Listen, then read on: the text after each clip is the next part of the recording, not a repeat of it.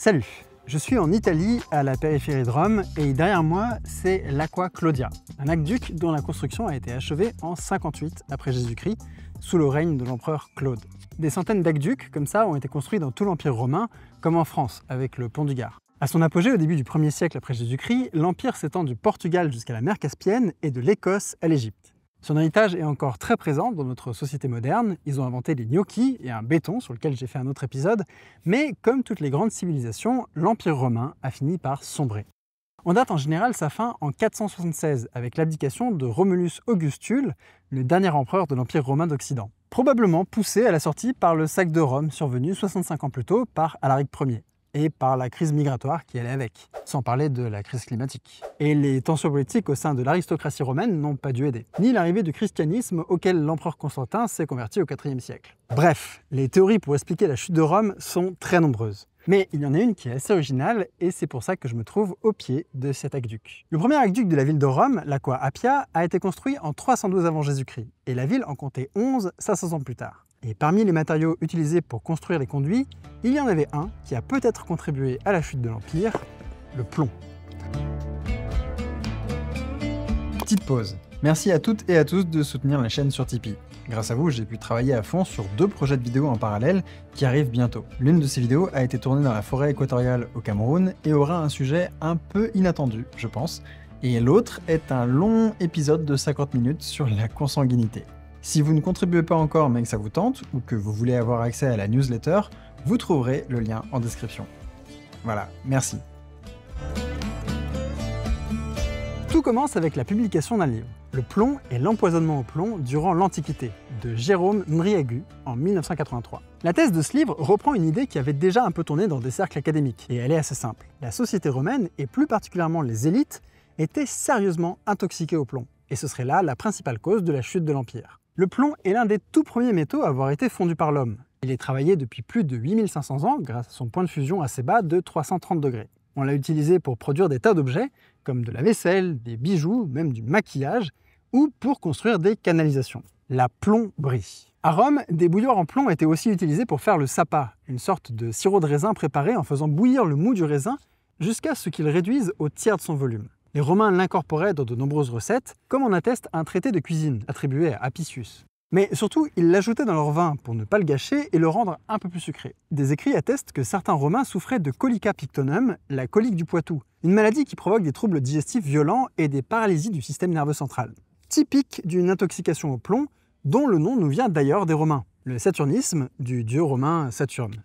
Quand ils ne buvaient pas de vin, les Romains buvaient de l'eau, acheminée par des canalisations, qui étaient parfois faites de plomb. Les concentrations pouvaient être élevées, comme en témoigne une étude de 2014 qui montre que l'eau consommée par les Romains était 100 fois plus concentrée en plomb que l'eau des sources voisines. Une étude de 2021 a même montré que ce métal se retrouvait dans de fortes concentrations dans les ossements des Romains et que l'âge de la mort était corrélé au taux de plomb. Au pic de leur puissance, les Romains en produisaient jusqu'à 80 000 tonnes par an. Et ces mines et fonderies polluaient tellement l'atmosphère qu'on en retrouve des traces dans les couches de glace du Groenland de la même époque. Le plomb est un véritable poison pour tout ce qui vit, quelle que soit la dose. Je ne vais pas détailler la liste de tous les problèmes qu'une intoxication au plomb provoque, parce qu'il y en a vraiment beaucoup, mais il faut savoir que c'est encore aujourd'hui un enjeu de santé publique au niveau mondial. Une étude parue en 2018 dans la prestigieuse revue The Lancet a montré que plus de 400 000 décès par an aux US étaient imputables au plomb, ce qui est presque autant que le nombre de morts attribuables au tabagisme dans le même pays. Au-delà de la mortalité, ce métal pose aussi de nombreux problèmes cognitifs quand il entre dans le corps de très jeunes enfants. Les études sont très nombreuses ici aussi, mais en gros, elles montrent que la contamination au plomb induit des retards sur le développement du cerveau, avec de nombreux effets à l'âge adulte. Un QI plus faible, des problèmes de sommeil, de la dépression, des difficultés à se socialiser, à s'exprimer, à contrôler les émotions, etc. etc. La dose n'a d'ailleurs pas besoin d'être très élevée. Quand la concentration passe de 1 à 10 microgrammes par décilitre, les enfants de moins de 5 ans perdent 7,5 points de QI en moyenne. On peut d'ailleurs noter qu'en France, en 1995, plus d'un quart des enfants de 1 à 6 ans avaient une concentration en plomb dans le sang supérieure à 50 microgrammes par décilitre. Cette année-là, j'avais 6 ans d'ailleurs. Revenons à l'Empire romain. Pas mal d'empereurs ont laissé une image de fou sanguinaire. On peut citer par exemple Caligula, dont le règne relativement court de 4 ans a été marqué par la démesure et la débauche. L'un de ses neveux était Néron, qui régna lui aussi à Rome pendant 13 ans. Le règne de Néron a été aussi ponctué d'excès et d'assassinats, comme celui de sa propre mère. On peut également citer Commode, Héliogabale et plein d'autres. Alors, ces empereurs étaient-ils tous tellement intoxiqués au plomb que ça les a rendus impulsifs et sanguinaires? Eh bien, c'est ce que prétend la théorie dont j'ai envie de vous parler aujourd'hui, et un début de réponse vient peut-être des carburants de voiture. Il y a un phénomène de société qui a focalisé énormément de recherches académiques, c'est la baisse de la criminalité à partir des années 80. Que vous preniez les vols de voitures, les cambriolages, les attaques sur les personnes ou même les homicides, tous les indicateurs nous montrent que le nombre de crimes diminue dans tous les pays industrialisés. Quel que soit le bout par lequel on prend les données, la société est moins violente qu'avant. Pour comprendre ce phénomène, de nombreuses hypothèses ont été proposées par une armée de chercheurs. Et tout y passe. Une meilleure action de la police, des meilleures mesures de sécurité, une meilleure économie qui contribue à diminuer la pauvreté, jusqu'à la très controversée théorie de la légalisation de l'avortement qui aurait diminué le nombre d'enfants nés dans les milieux criminogènes. Et parmi toutes ces théories, l'influence du plomb sur le comportement criminel est une candidate solide. Voilà plein de graphiques qui montrent l'évolution du plomb émis par plusieurs pays industrialisés. On voit toujours le même schéma. D'abord, ça monte pour atteindre un pic dans les années 70, et puis ça descend à partir des années 80. Leur source, les carburants dans lesquels on mettait à l'époque du tétraéthyle de plomb pour lubrifier les soupapes et surtout augmenter le temps que met le mélange air-carburant à détonner. Une idée qui était directement venue de l'ingénieur américain Thomas Midgley Jr. Je mentionne son nom parce que sa vie et ses découvertes valent le détour. Au début du XXe siècle, il conçoit le mélange de carburant avec du plomb, mais de nombreux employés qui travaillaient sur le prototype meurent des suites d'un empoisonnement aigu. Lui-même en souffre à plusieurs reprises. Des années plus tard, il invente les chlorofluorocarbures, censés remplacer le gaz naturel des réfrigérateurs, qui peut exploser pendant une fuite. Il faudra un peu de temps aux scientifiques pour se rendre compte que les CFC sont en fait une des plus grandes menaces environnementales de l'histoire. J'en ai d'ailleurs parlé dans un autre épisode. Après avoir créé le produit qui a empoisonné l'atmosphère au plomb, il crée le principal destructeur de la couche d'ozone. Ce talent très particulier pour concevoir les pires produits a fait dire à l'historien de l'environnement, John McNeill, que Midgley a eu plus d'impact sur l'atmosphère qu'aucun autre être vivant dans l'histoire de la planète. Ce qui n'est pas un éloge, en fait. Grâce à lui, le taux de plomb dans l'atmosphère a atteint un pic en 1975. À Paris, il atteignait 1,2 microgrammes par mètre cube d'air, ce qui explique peut-être 2-3 trucs sur les habitants, peut-être. Et puis, une série de directives ont réussi à nettoyer tout ça. Le plomb dans les carburants est aujourd'hui banni sur l'ensemble de la planète, et pas mal d'auteurs ont suggéré que sa disparition avait en fait mené à la baisse de la criminalité dans les pays industrialisés. Et il faut bien avouer que c'est assez convaincant. Ça par exemple, c'est une courbe qui montre l'évolution du taux de la criminalité, en rouge, et ça c'est l'évolution de la production de carburant et de peinture à base de plomb, en noir. La corrélation est de 90%. À partir de là, ça ne paraît pas complètement débile de penser qu'une intoxication chronique au plomb dans l'aristocratie romaine ait pu causer la chute de l'Empire. Non ? Vous connaissez sûrement le rasoir d'Occam, on l'appelle aussi principe de parcimonie. C'est un précepte philosophique qui stipule que les hypothèses suffisantes les plus simples doivent être préférées. Si vous entendez un bruit de sabot, c'est plus probablement des chevaux que des zèbres. Mais privilégier l'hypothèse du plomb pour expliquer la chute de Rome, c'est plus le hachoir que le rasoir d'Occam. Un simple atome qui explique des phénomènes aussi complexes que la chute de Rome ou la baisse de la criminalité, c'est très beau, et c'est très faux. En novembre 2022, une grosse méta-analyse a étudié toutes les études statistiques qui expliquent la baisse de criminalité par le plomb. Les auteurs ont montré que le plomb n'explique pas du tout 90% de la baisse de criminalité, comme on le pensait précédemment, mais plutôt entre 7 et 28%. En y réfléchissant bien, c'est pas très surprenant. Un phénomène aussi complexe que la criminalité dépend de nombreux facteurs, et il existe très exactement 17 théories qui expliquent sa diminution depuis les années 80. Aucune d'entre elles n'arrive à expliquer à elle seule le phénomène. Et c'est pareil pour la chute de Rome. Il existe 210 théories différentes pour l'expliquer. Le sujet est très complexe, et c'est impossible à résumer en quelques minutes. Rome serait tombée sous l'action multiple de crises financières, de vagues migratoires venues du nord poussées par les Huns, de crises politiques et sociales, et de changements climatiques brutaux. L'hypothèse du plomb n'est même pas retenue par les historiens sérieux. Au départ, il y a le livre de 1983, écrit par Ngyaru, qui est géochimiste. À sa parution, le bouquin fait lever plus d'un sourcil. Ceux de John Scarborough sont carrément partis en orbite, et ce pharmacien a écrit un article qui passe en revue tous les arguments de Ngyaru en les démontant un par un. Comme il le dit lui-même, ce livre est plein de fausses preuves, de citations tronquées, d'erreurs typographiques et de légèreté flagrante quant aux sources que le lecteur ne peut en croire les arguments. Par exemple, il estime que l'aristocratie romaine buvait 2 litres de vin par jour, équivalent à plus de 180 microgrammes de plomb. Au-delà du fait qu'il est quasiment impossible de connaître la consommation journalière de vin des Romains, une descente pareille aurait rendu l'alcoolisme bien plus dangereux que le reste. Les Romains étaient d'ailleurs tout à fait au courant des effets néfastes du plomb sur la santé, et on retrouve des appels à l'éviter chez Vitruve et Pline l'Ancien. Les tuyaux en plomb n'avaient pas non plus un effet si néfaste, puisque l'eau circulait en permanence, ce qui limite beaucoup la contamination. Quant au sapin, les recherches historiques ont montré que les récipients en cuivre étaient généralement préférés. D'ailleurs, même l'intoxication massive des Romains, qui a été observée dans les ossements,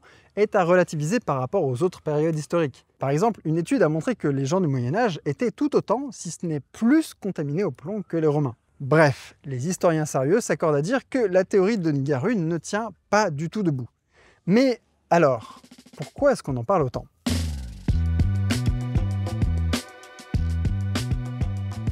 L'idée que le plomb contrôle les crimes ou fasse tomber des empires n'est qu'une des très nombreuses itérations d'une même idée très appétissante. Ce phénomène très complexe X s'explique en fait tout simplement par ce facteur unique Y. La disparition de Néandertal s'explique en fait par cette éruption volcanique précise. Le phénomène géopolitique complexe qu'est l'invasion de l'Ukraine est en fait lié à cette raison historique unique. L'obésité est en fait due à cette cause génétique, etc., etc. Cet appétit pour les explications simples commence à la source des idées, chez les gens qui les produisent. Beaucoup de scientifiques aimeraient trouver le principe qui explique tout.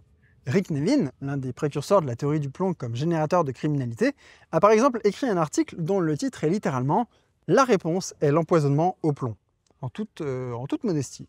La plupart des disciplines ont leurs propres exemples. En physique, les propositions pour des théories du tout qui révolutionneraient l'ensemble du domaine avec un principe unique apparaissent à un rythme régulier, et en biologie de l'évolution, c'est pareil. De façon générale, il existe un idéal scientifique souvent méconnu du grand public, celui de l'élégance. Ce concept n'est pas évident à définir correctement, et pourtant des gens ont essayé, mais en gros, un modèle qui explique tout un phénomène complexe avec quelques idées simples, c'est une théorie élégante. L'élégance est partout dans les laboratoires, et il faut vraiment la comprendre comme un idéal esthétique. Celui de la simplicité explicative, l'économie de moyens extrêmement habile qui révèle tout un pan du monde. Le problème, c'est que la nature est bordélique, et parfois la parcimonie se pète les dents sur les rebords de la piscine de la réalité. De nombreux chercheurs ont fait pas mal d'erreurs au nom de l'élégance, et on peut pas vraiment leur en vouloir parce que c'est un biais que nous avons absolument tous.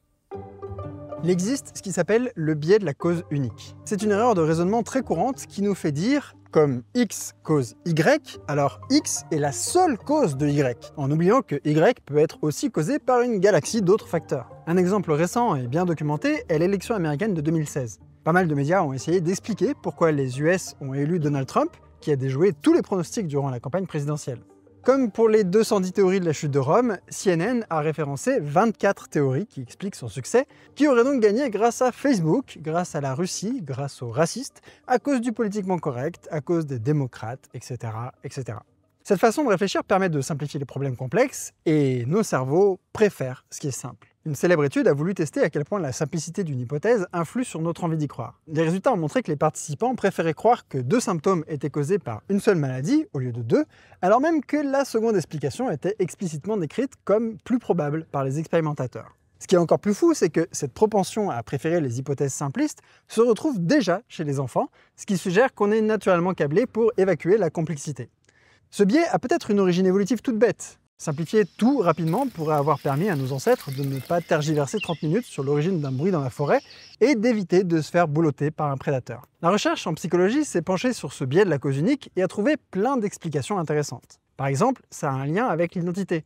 On a tendance à s'accrocher à notre cause, qui en général valide notre façon de penser et valide notre conception du monde en général. La pauvreté est le résultat de la paresse. La richesse vient du travail acharné. Ces slogans réduisent des phénomènes économiques très complexes et sont adoptés parce qu'ils valident une vision du monde. On s'est aussi rendu compte que ça fait plaisir de comprendre un phénomène. Avoir ce déclic de compréhension est agréable et le plaisir est d'autant plus fort que l'explication demande peu d'efforts et que le phénomène est très complexe. Imaginez, si cette histoire de plomb qui provoque toute la chute de Rome était véridique, alors vous auriez compris en une seule vidéo de 15 minutes toute la chaîne causale qui a mené à la fin d'un des plus grands empires de l'histoire. Un kiff total. Bon, pas de chance, le vrai monde est bien plus compliqué que ça, et il suffit de survoler la page Wikipédia de la chute de Rome pour mesurer à quel point. Ce qui nous amène au dernier maillon de la chaîne. J'ai évoqué ce problème à de très nombreuses reprises sur cette chaîne YouTube. La vulgarisation est un exercice d'équilibriste. Son objectif n'est pas de montrer que le monde est simple, mais de montrer simplement que le monde est complexe. Malgré tout, ça reste un divertissement, et son but est de vous faire passer un moment agréable en vous donnant des infos qui révèlent un pan méconnu du monde, en vous épargnant les complexités du sujet. De l'autre côté, la science, la recherche sur laquelle s'appuie la vulgarisation, a pour objectif de dévoiler le monde tel qu'il est, et vise à entrer dans le plus de détails possible. La vulgarisation doit rester dans le chevauchement entre les deux, mais il y a une tension fondamentale entre les deux disciplines qui ont des aspirations différentes. Plus un vulgarisateur divertit, plus il attire du monde, plus il a des sous qui lui permettent de faire encore plus de divertissement, et cette logique peut amener à la tentation de raconter des histoires qui n'ont qu'un lien très ténu avec la réalité, pour le dire gentiment. Un exemple. La largeur des propulseurs d'appoint de la navette spatiale américaine serait liée à la largeur des chariots romains. L'histoire a été racontée en long, en large et en travers et se résume comme ça. La largeur des propulseurs d'appoint de la navette spatiale a été influencée par la nécessité de les transporter par chemin de fer. L'écartement standard des voies ferrées aux États-Unis est précisément de 4 pieds et 8 pouces et demi. Cet écartement vient d'Angleterre, où les ingénieurs ont conçu les premières voies ferrées américaines. Il a été adopté pour correspondre à l'écartement des tramways à wagons, qui correspondait lui-même à l'espacement des roues des calèches de l'époque. L'espacement des roues de calèche était déterminé par la largeur des ornières sur les routes. Ces routes étaient à l'origine d'anciennes routes romaines, construites pour les légions de l'Empire romain. Donc, les propulseurs de la NASA sont liés aux chariots romains. Cette histoire est racontée depuis les années 30 au moins, et on la retrouve partout sur internet, dans des conférences et ainsi de suite. Elle est cool, on peut lier plein de choses à un seul facteur, c'est très agréable. Et c'est aussi très faux. Je vous mets en description des articles qui détaillent point par point les nombreuses erreurs historiques, mais une simple façon de se rendre compte de l'absurdité de toute cette histoire est de découvrir que l'espacement des rails a été au cœur d'une guerre féroce entre les compagnies ferroviaires de l'époque. Il n'y avait pas un espacement issu des Romains, il y avait de très nombreux standards qui ne collaient pas les uns avec les autres. Donc, la vulgarisation, l'infotainment et les fun facts qu'on consomme régulièrement pour notre plaisir peuvent très bien nous offrir une vision simpliste de la réalité parce que c'est dans leur intérêt. Nos cerveaux adorent ça, donc on se plaint pas trop, et parfois ce sont les chercheurs eux-mêmes qui propagent ces histoires simplistes. Voilà, j'ai envie de croire que les sources permettent d'éviter une part du problème, mais d'expérience, elles sont rarement utilisées. J'aimerais vous rassurer en vous disant que c'est pas très grave, mais je sais aussi que ces histoires simples sont mieux mémorisées que les scénarios complexes, et restent donc plus longtemps dans nos esprits, tout en nous donnant une fausse impression de comprendre le phénomène. Donc voilà, j'ai pas de conclusion simple à vous apporter. Et finalement, après tout ce que je viens de vous dire, je crois que c'était pas plus mal comme ça.